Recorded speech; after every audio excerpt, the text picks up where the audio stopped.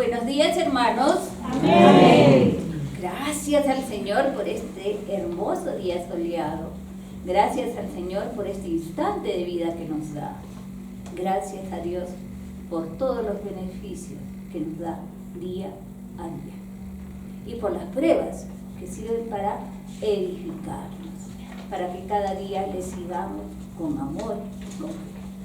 Saludamos por este medio también a las personas que nos ven y a los hermanos, familiares y amigos, porque en el Señor nos sentimos contentos, emocionados cada día, porque de Él recibimos todo.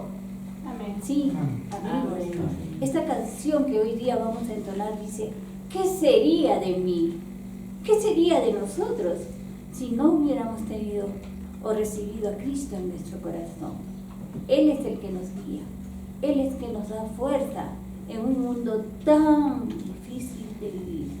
Ahora que vemos tantas cosas malas, en medio de todas estas tinieblas está la luz de Jesús. Él es que guía, nos ilumina.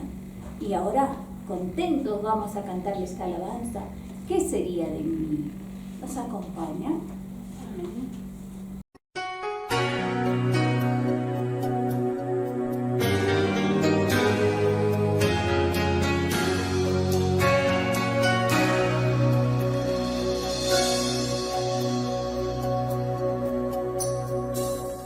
¿Qué sería de mí si no me hubieras alcanzado? ¿Dónde estaría hoy si no me hubieras perdonado? Tendría un vacío en mi corazón, vagaría sin rumbo, sin dirección. Si no fuera por tu gracia y por tu amor, si no fuera por tu gracia y por tu amor, sería como un pájaro herido que se muere en el suelo. Sería como un ciervo que brama por agua en un desierto. Si no fuera por tu gracia y por tu amor, si no fuera por tu gracia y por tu amor, ¿qué sería de mí si no me hubieras alcanzado? ¿Dónde estaría hoy si no me hubieras perdonado? Tendría un vacío en mi corazón, vagaría sin rumbo, sin dirección. Si no fuera por tu gracia y por tu amor, si no fuera por tu gracia y por tu amor, sería como un pájaro herido que se muere en el suelo. Sería como un ciervo que brama por agua en un desierto. Si no fuera por tu gracia y por tu amor, si no fuera por tu gracia y por tu amor. Señor, reconocemos que sin ti estaríamos perdidos. Reconocemos que sin ti no tendríamos nada, oh Dios. Pero tú por tu misericordia nos has alcanzado y por tu gracia nos has hecho libres. Por eso te bendecimos en esta noche, Señor. Si no fuera por tu gracia y por tu amor, si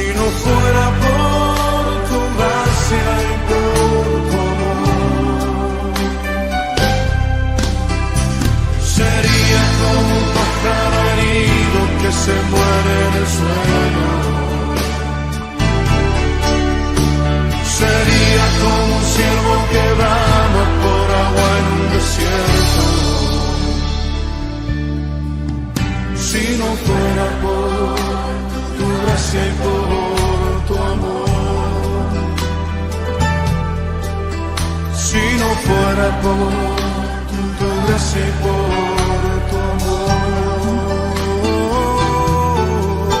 si no fuera por tu gracia y por tu amor.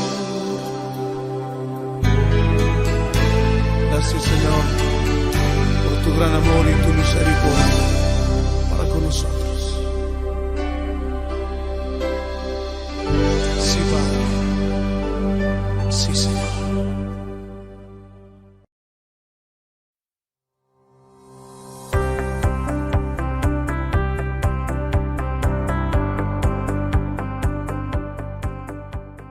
Muy buenos días, hermanos. Amén. La Iglesia Bautista Emanuel Chupaca los saluda en el nombre de nuestro Señor Jesucristo, y también saludamos a nuestros amigos y hermanos en la fe que nos ven a través de nuestros canales en Facebook y en YouTube. La prédica de esta mañana titula ¿Qué dice la Biblia sobre la cena del Señor? Sin duda, cuando uno recibe a Cristo, va a iniciar una nueva etapa en su vida. Nosotros tenemos entonces una nueva vida en Cristo cuando recibimos a Jesús como nuestro Señor y Salvador. Cristo prometió que iba a estar con nosotros, y Él prometió que iba a estar con todos los suyos, es decir, con todos los creyentes, con todos los cristianos, todos los días de su vida hasta el fin del mundo. Y además, Cristo no solamente tiene esa intención de estar con nosotros, sino que Él procura siempre buscarnos, siempre estar allí para alentarnos en momentos difíciles. Pero también Cristo quiere que nosotros mismos también estemos con Él. Son cosas diferentes. Que Cristo quiere estar con nosotros y que nosotros estemos con Cristo. Nosotros en ocasiones podemos fallarle a Él. Cristo siempre va a estar al lado nuestro, pero nosotros en ocasiones, por una u otra actitud o comportamiento, potencialmente podríamos apartarnos del camino. Pero Él siempre va a estar al lado nuestro, y Él siempre va a tener los brazos extendidos para poder abrazarnos, para poder sostenernos, para poder acogernos cuando nosotros tenemos esa intención de poder regresar a Él. Y además, Él también sabe que nosotros como seres humanos tenemos esa fragilidad, no solamente en nuestro espíritu, sino también en nuestra mente, que en ocasiones olvidamos ciertas cosas o olvidamos a las personas después de algún tiempo. Incluso ciertas situaciones o ciertas personas que en algún momento de nuestra vida han sido muy importantes para nosotros, solemos olvidarlas o solemos olvidar aquellos favores que alguna persona nos ha hecho. Y eso incluye también a lo que nuestro propio Señor Jesucristo hizo por nosotros. Es por ese motivo que el Señor estableció dos ordenanzas, y una de ellas es la Cena del Señor. Y esta Cena del Señor Jesús la estableció justamente para tener un motivo de conmemoración a lo que el Señor hizo por nosotros. Una de las primeras referencias que encontramos en la Biblia acerca de la Cena del Señor la encontramos en el Nuevo Testamento, en el libro de Marcos, capítulo 14. Vayamos entonces, hermanos, a nuestras Biblias, al libro de Marcos, capítulo 14, versículos 22 al 24. La palabra del Señor nos dice en Marcos 14, 22 al 24: y mientras comían, Jesús tomó pan y bendijo, y lo partió y les dio, diciendo: tomad, esto es mi cuerpo. Y tomando la copa y habiendo dado gracias, les dio, y bebieron de ella todos. Y les dijo: esto es mi sangre del nuevo pacto, que por muchos es derramada. Fíjense aquí entonces que Marco está relatando la noche en que Jesús celebró la última cena o la última Pascua con sus discípulos. Este momento en la historia de la cristiandad reviste mucha importancia, porque fue entonces cuando el Señor Jesús se despidió de sus discípulos. Porque, recuerden ustedes, de acuerdo a la historia, después de esta cena, tanto Jesús como sus discípulos iban a ir al huerto de Getsemaní, donde el Señor luego iba a ser arrestado y todos los discípulos iban a ser dispersados. Y ustedes ya saben que lo que continúa a esa historia es que luego Jesucristo fue torturado y fue crucificado. Sus discípulos ya no volvieron a verlo, a Jesús, hasta después, cuando ya Jesús resucitó. De acuerdo a la Biblia, nuestro Señor Jesús dejó dos ordenanzas. La primera es el bautismo y la segunda ordenanza es la cena del Señor. Los dos fueron dados para todos los cristianos, para todos los creyentes. Y cuando nosotros estamos participando de estas dos ordenanzas, estamos mostrando al mundo nuestra obediencia, nuestro compromiso, nuestra confianza y amor también por nuestro Señor y Salvador, el Señor Jesucristo. Jesús mismo participó también en estas mismas dos ordenanzas y Él lo hizo para darnos ejemplo a nosotros. Al iniciar su ministerio público, Jesús fue bautizado. Y también al finalizar su ministerio público en la tierra, Él tomó la cena del Señor junto con sus discípulos. Entonces, cuando nosotros nos sometemos a la ordenanza del bautismo y también tomamos esa cena del Señor junto con todos nuestros hermanos en la iglesia, estamos así gozando de una plena comunión entre nosotros los hermanos y también con el Señor Jesucristo, una comunión que todo cristiano debe de participar con nuestro Señor y Salvador. Esto nos podría llevar a una primera pregunta. ¿Qué es la cena del Señor? Una primera pregunta, ¿qué es la cena del Señor?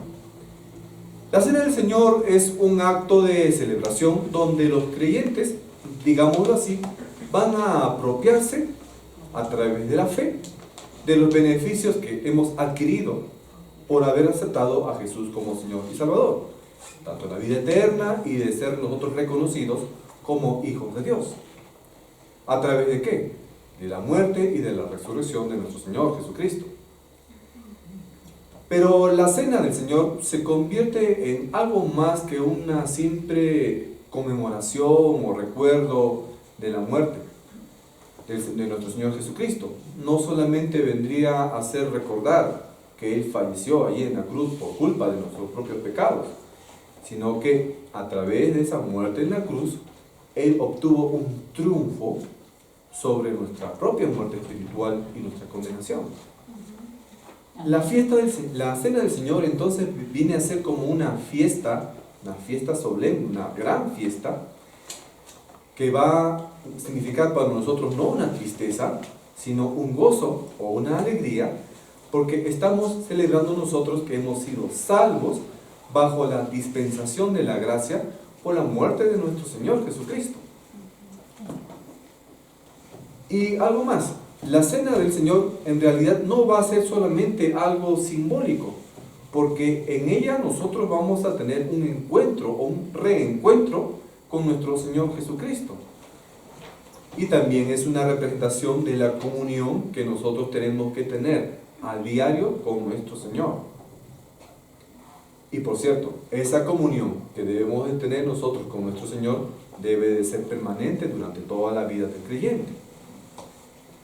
Es la razón entonces, hermanos, por la cual el bautismo es la ceremonia de nuestro nuevo nacimiento en Cristo Jesús. Y se celebra una sola vez, ¿no es cierto? Te bautizas una sola vez.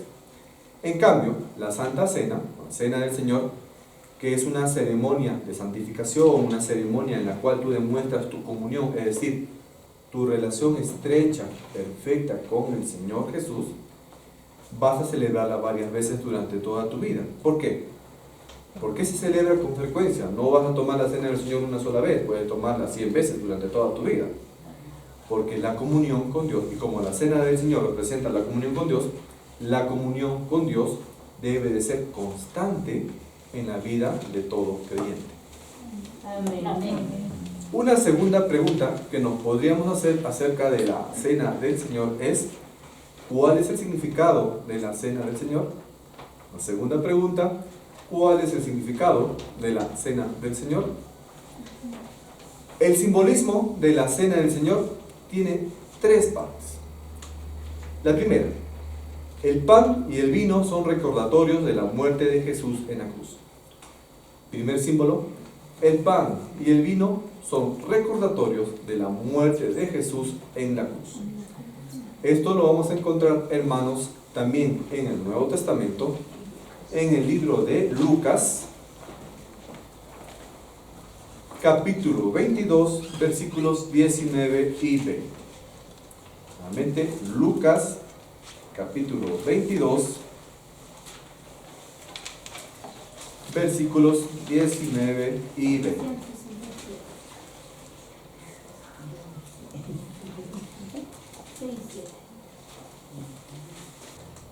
La palabra del Señor nos dice Lucas 22, 19 y 20. Y tomó el pan y dio gracias, y lo partió y les dio, diciendo: esto es mi cuerpo, que por vosotros es dado. Haced esto en memoria de mí. De igual manera, después que hubo cenado, tomó la copa, diciendo: esta copa es el nuevo pacto en mi sangre, que por vosotros se derrama. Entonces, hermanos, cuando nosotros participamos en la cena del Señor, cada uno va a comer un pedazo de pan en memoria de nuestro Señor Jesús. Y cuando nosotros también bebemos una pequeña cantidad, ya sea de vino o de jugo de uva, de acuerdo a la costumbre de cada iglesia, nosotros estamos también recordando la sangre que nuestro Señor Jesús derramó por nosotros allí en la cruz. Y esa sangre, la sangre derramada por nuestro Señor Jesús, va a significar ese nuevo pacto que nosotros estamos haciendo con el Señor, es decir, la salvación por medio de gracia, la salvación a través de la fe en el Señor Jesús. Amén. En el tiempo del Antiguo Testamento había un pacto antiguo que se llamaba así, y este pacto se sellaba también a través de sangre. Pero ¿cómo era ese pacto en los tiempos del Antiguo Testamento? Se tenía que sacrificar carneros y derramar la sangre de estos carneros en un holocausto para el perdón de los pecados. Pero ya, cuando Cristo estableció su reino aquí en la tierra, ya no había necesidad de matar más carneritos por el perdón de nuestros pecados, sino que Él mismo se ofreció como sacrificio ante el Padre y derramó su propia sangre por los pecados de toda la humanidad, de aquellos que lo recibieron. Entonces, cuando nosotros tomamos esa cena del Señor y ingerimos un poco de vino, lo que estamos haciendo es hacer una mirada retrospectiva, es decir, recordando la muerte de nuestro Señor Jesucristo en la cruz. Si nosotros recordamos la muerte de nuestro Señor Jesucristo en la cruz, entonces diríamos que la muerte de Jesús es una cosa buena o es una cosa mala. ¿Qué diríamos? Hay algunos de repente que dirían que es una cosa mala porque ciertamente hay aspectos negativos pues en la crucifixión de la cruz, por la muerte que Él sufrió, por el sufrimiento, la aflicción que Él tuvo que soportar por culpa de nuestros pecados. Pero en el fondo, una mejor apreciación que nosotros pudiéramos tener acerca de este acto de amor de nuestro Señor Jesucristo por nosotros, es que su muerte en realidad es la mejor noticia que nosotros podríamos haber recibido. ¿Por qué? Porque ese acto de la muerte de Jesús está mostrando cuánto nos amó y nos ama Dios. Amén.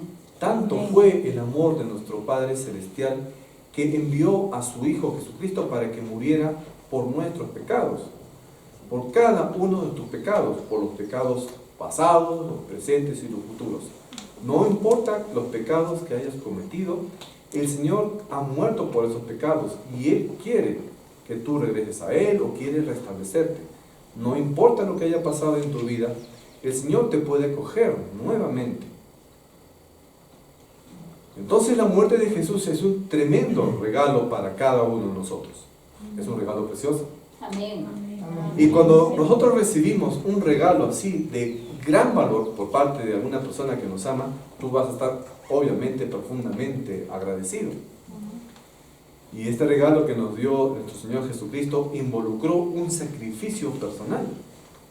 ¿Cómo debemos recibir entonces ese regalo que el Señor nos está dando?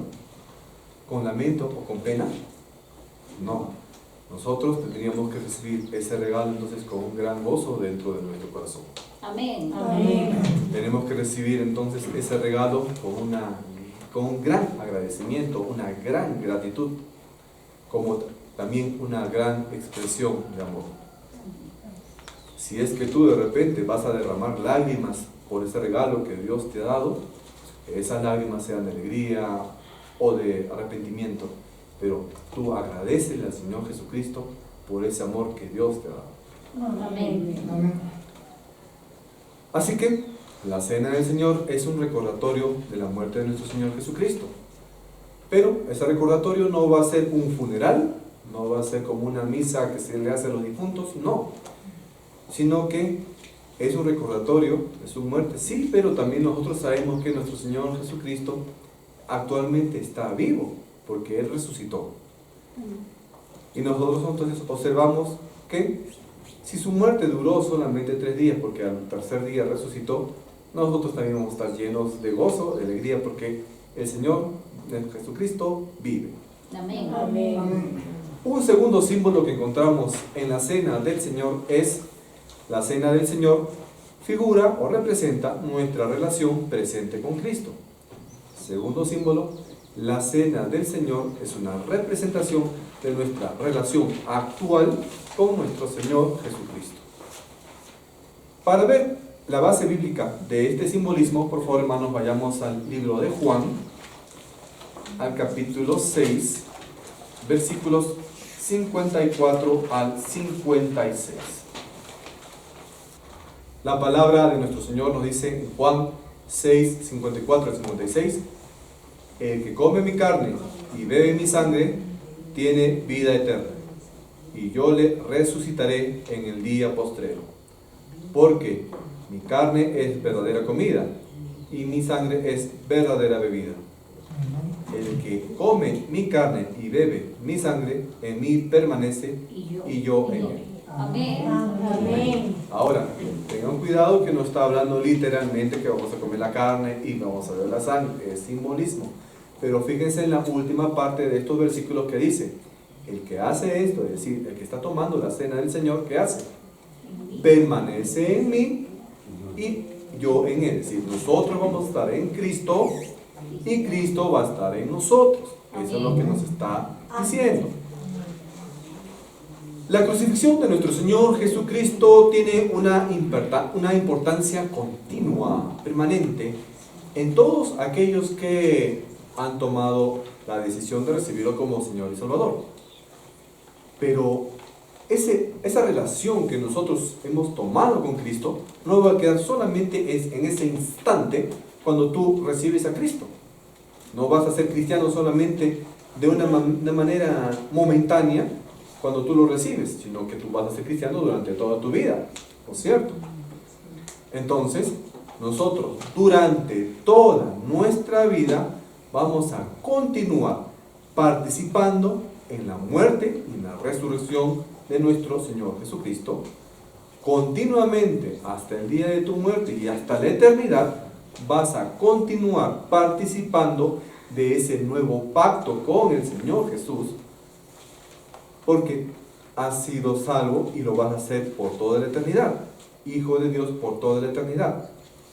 Entonces, por medio de la cena del Señor, nosotros vamos a manifestar que estamos compartiendo nuestra vida en Cristo, que vamos a tener una comunión con Él y vamos a estar unidos a Cristo. Amén. Amén, Señor. Así que la cena del Señor nos ayuda a recordar eso, que nosotros tenemos que estar perpetuamente, continuamente en relación con Él, acercándonos a Él, en obediencia, en respeto, en alabanza, en oración, en lectura de la palabra. Si por ahí tu comunión se ha debilitado, por una u otro motivo, tú tienes la opción de retomarla, como hemos visto. Cristo siempre va a estar al lado nuestro, Cristo quiere que tú también estés al lado de Él. Por una u otra razón, nosotros podemos habernos alejado, pero Cristo no te deja. Si eres cristiano, si has recibido a Cristo, tú de todas maneras eres su hijo. Puedes haberte alejado un poco, pero el Señor va a hacer una u otra cosa para que tú retomes a Él, y Él nunca te va a dejar, y Él quiere que tú estés al lado de Él. Amén. Por lo tanto, esta cena del Señor nos va a ayudar a que nosotros miremos arriba, al cielo, a Cristo, y podamos ser conscientes de que la verdadera vida únicamente va a poder estar con Él y en Él. Amén. Amén. Cuando nosotros somos conscientes de que Jesús quiere y debe estar viviendo dentro de nosotros, también tenemos que hacer una pausa para pensar qué tipo de hogar le estamos mostrando aquí dentro de nuestro corazón. Antes de que Cristo entrara en nuestra vida, cuando nosotros éramos no creyentes, cuando estábamos muertos espiritualmente, bueno, dentro de nuestro corazón había muchas habitaciones de pecado. Y Jesús ya sabía que tu corazón tenía mucho pecado, pero aún así Jesús decidió entrar en tu corazón. Y Él quiere hacer una limpieza constante dentro de tu corazón. Porque igual, aunque nosotros hayamos aceptado a Cristo, todavía esa naturaleza pecaminosa está allí, como dormida. Incluso en el creyente maduro, ahí está.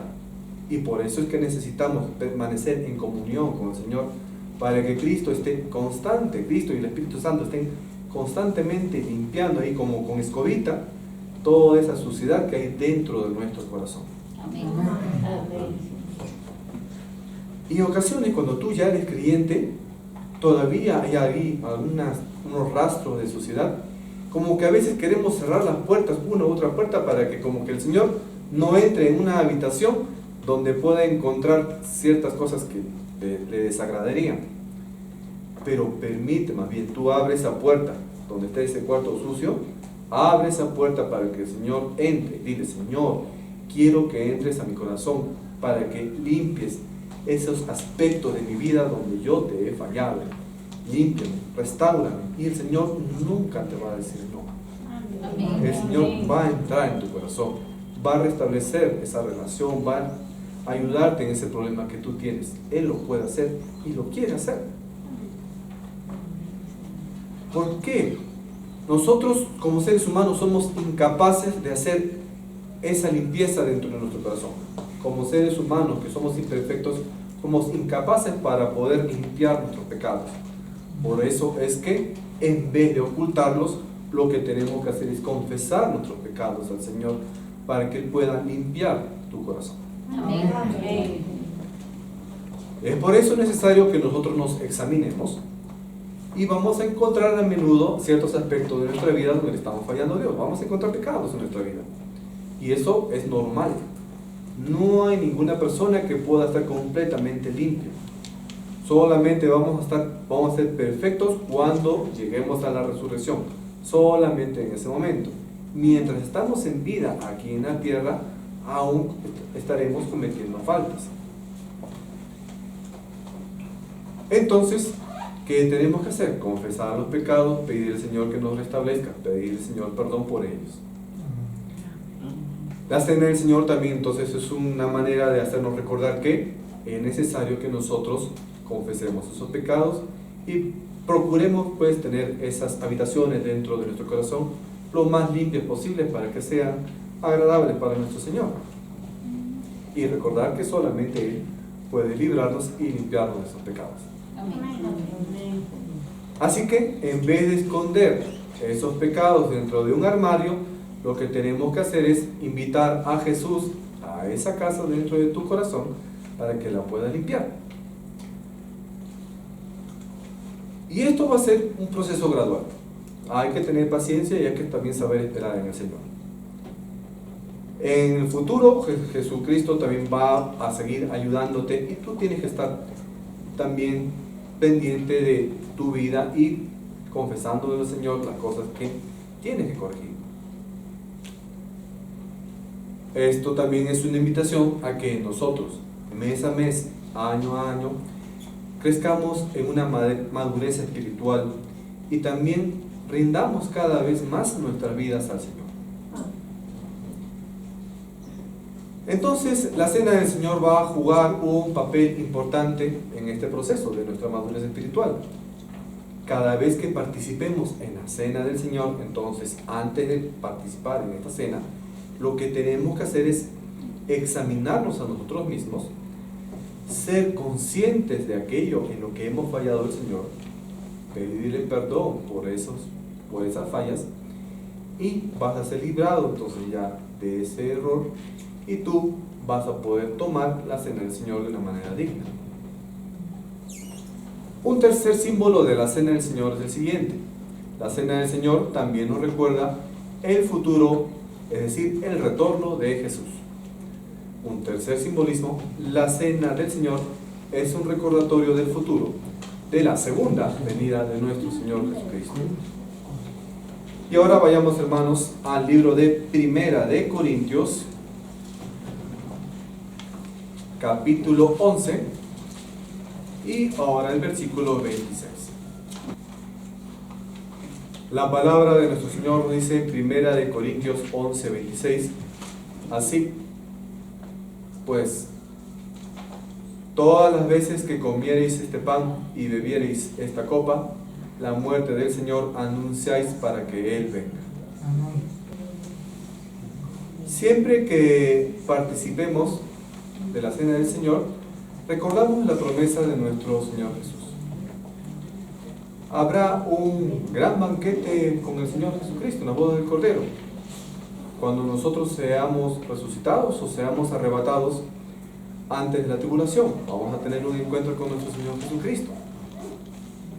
Entonces aquí el pan y el vino son un prototipo, son una representación de la más grande celebración que va a haber en toda la historia del mundo, que va a ser las bodas del Cordero, cuando todos los creyentes nos podamos reunir con el Señor Jesucristo en las nubes.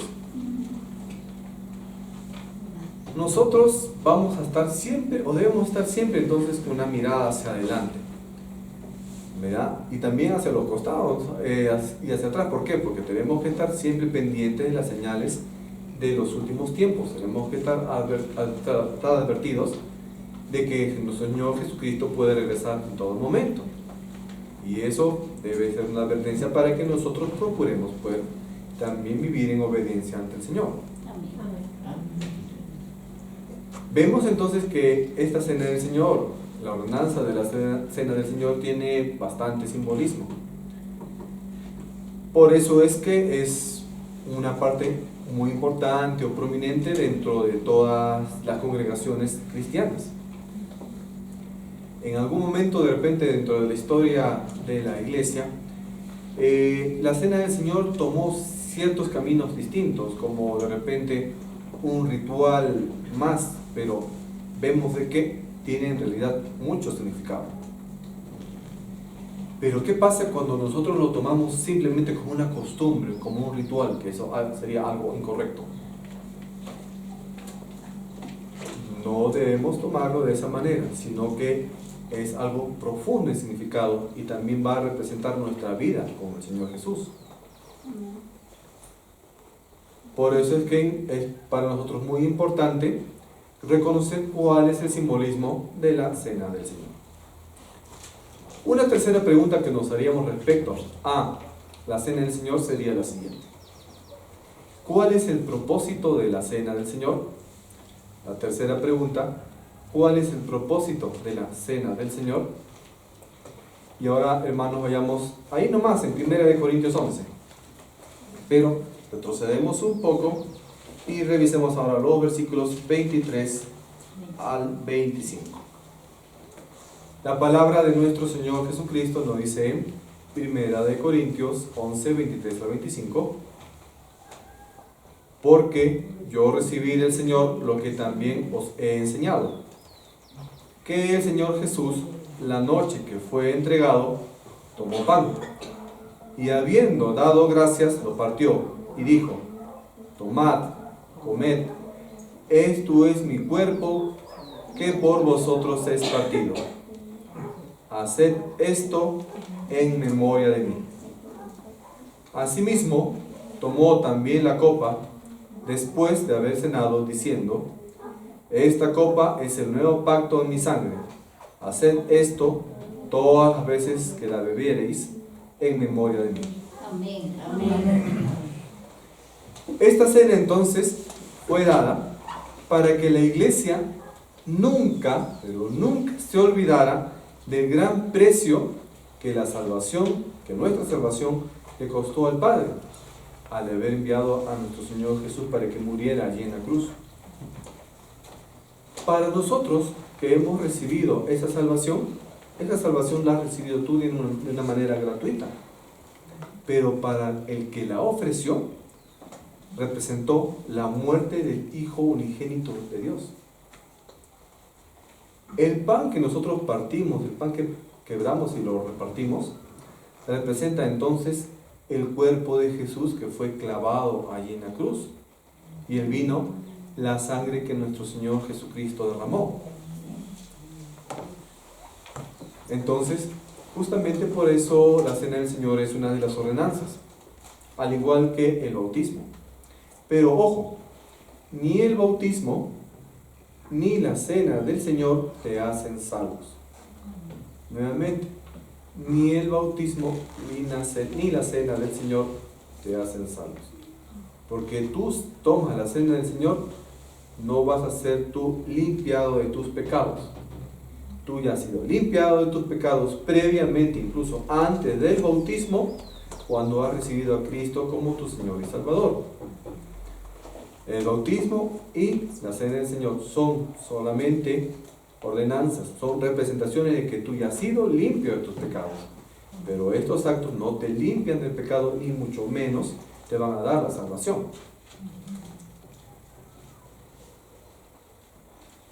A través de la cena del Señor, más bien lo que tú quieres demostrar es que quieres consagrar tu vida a Cristo. Así como en esos tiempos del Antiguo Testamento, o en el tiempo en que celebró Jesús esta cena del Señor, lo hizo en el periodo o en la celebración de la Pascua judía. Recuerden ustedes que los judíos celebraban su Pascua como un recordatorio de que ellos fueron librados de la esclavitud de Egipto. Y en esa noche de Pascua, en el Antiguo Testamento, estamos hablando de la liberación de Egipto, de Israel, de la esclavitud de Egipto. En esa noche de Pascua, ¿recuerden ustedes qué pasó? Los hebreos, los israelitas, sacrificaron corderos, rociaron la sangre del cordero en los dinteles de sus puertas, y vino un ángel y mató a todos los primogénitos. ¿Recuerdan esa historia? Está en el Éxodo. Los primogénitos de los judíos se salvaron de la muerte. ¿Por qué? Justamente por esa sangre derramada y que estaba manchada en las puertas. Eso es lo que estaba celebrando en realidad Jesús con sus discípulos, recordatorio de esa fecha. Y hay una conexión, entonces, fíjense, entre la Pascua y liberación del pueblo de Israel con la celebración de la cena del Señor. Pero ahí nosotros ya estamos siendo liberados ¿de qué? De la esclavitud del pecado. Estamos recordando entonces a través de la cena del Señor que nosotros somos libres del pecado. Amén. Esto es el nuevo pacto entonces. Nosotros somos libres del pecado a través de la sangre de nuestro Señor Jesucristo. Y la muerte de Cristo allí en la cruz trajo entonces consigo ese nuevo pacto entre Dios y nosotros. Ahora entonces, todos, sin excepción, todas aquellas personas que han aceptado a Cristo como Señor y Salvador, han sido libres ya de la condenación del pecado. Entonces el comer ese pancito y comer o tomar la copita de vino es un recordatorio de que Cristo murió por nosotros y que nosotros hemos sido renovados en nuestra vida a través de ese nuevo pacto. Y la cuarta y última pregunta que nos hacemos acerca de la cena del Señor sería: ¿cómo y quiénes pueden tomar la cena del Señor? Cuarta pregunta, ¿cómo y quiénes pueden tomar la cena del Señor? Ahí mismo en 1 Corintios 11, pero ahora avanzamos a los versículos 27 al 32, que nos dice, de manera que, la palabra del Señor nos dice en 1 Corintios 11, 27 al 32, de manera que cualquiera que comiere este pan o bebiere esta copa del Señor indignamente, será culpado del cuerpo y de la sangre del Señor. Por tanto, pruébese cada uno a sí mismo, y coma así del pan y beba de la copa. Porque el que come y bebe indignamente, sin discernir el cuerpo del Señor, juicio come y bebe para sí. Por lo cual hay muchos enfermos y debilitados entre nosotros, y muchos duermen. Si, pues, nos examinásemos a nosotros mismos, no seríamos juzgados. Mas, siendo juzgados, somos castigados por el Señor, para que no seamos condenados con el mundo. Entonces, ¿quién debe participar en la cena del Señor? Hemos visto que el Señor estableció dos ordenanzas, ¿no es cierto? El bautismo y la cena del Señor. Y los ha puesto en ese orden. Entonces, para que puedas tomar la cena del Señor, primero tienes que haber sido bautizado. Y antes de haber sido bautizado, tienes que haber sido salvo. Ojo, entonces, cuando se ofrece la cena del Señor en una iglesia, todos los cristianos que ya han recibido a Cristo como Señor y Salvador y que han sido bautizados, pueden tomar parte de la cena del Señor. Si hay alguna persona que es incrédula, que no ha recibido a Cristo como Señor y Salvador, no puede tomar la cena. Estará de repente entendiendo más o menos cuáles los requisitos o cuál es el mensaje de salvación, pero un no creyente no puede tomar la cena del Señor. Ahora, un creyente que no ha sido bautizado tampoco puede recibir la cena del Señor. Hemos visto, el requisito para tomar la cena del Señor es ser salvo y haber sido bautizado. Un cristiano que participa en la cena del Señor debe de ser obediente también a los mandamientos del Señor. Por eso es que aquí Pablo está advirtiendo de que no tomemos, dice, cuidado de que tomes la cena del Señor de manera indigna. Es decir, que siendo creyente estés en pecado. Y estando en pecado, tomas la cena del Señor sin haber confesado tus pecados, eso te va a traer, en vez de bendición, te va a traer juicio. Dios te va a disciplinar por haber tomado la cena del Señor sin haber tú pedido perdón por tus pecados. Pero eso no impide, ojo, no está diciendo que ya tú te has apartado del camino, tú te sientes pecador, entonces nunca puedes tomar la cena del Señor. No te dice eso la Biblia. Lo que está diciendo es, incluso más adelante dice, examínate a ti mismo. Fíjate en qué le has fallado al Señor. Incluso ahí, momentos antes de que tú puedas recibir esa invitación a tomar la cena del Señor, dile al Señor Jesús, Señor Jesús, yo te he fallado en esto, en esto, en esto. Por favor, perdóname.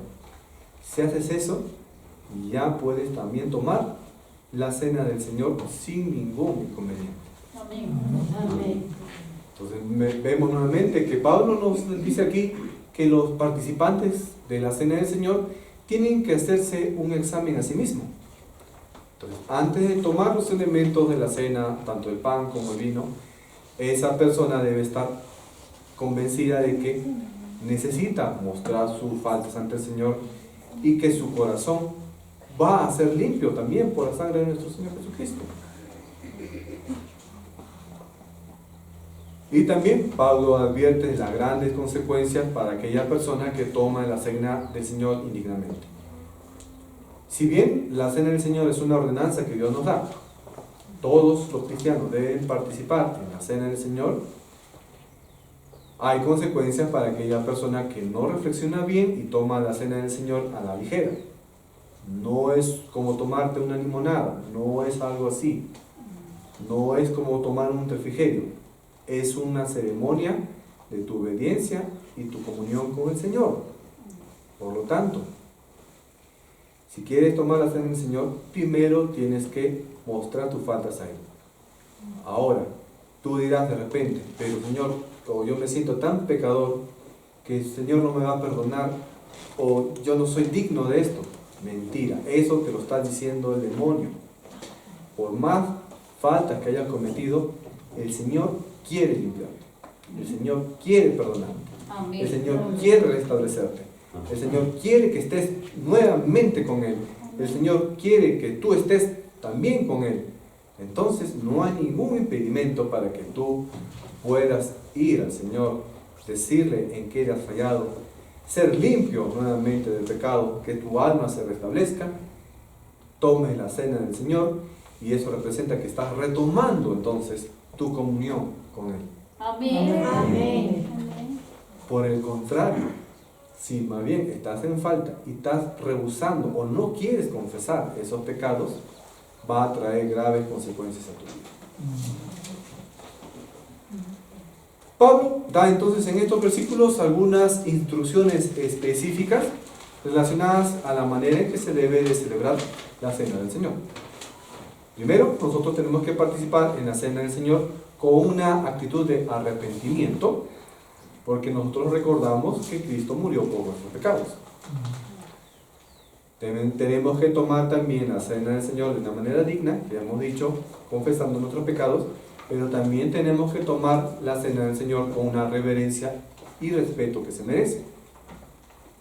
3.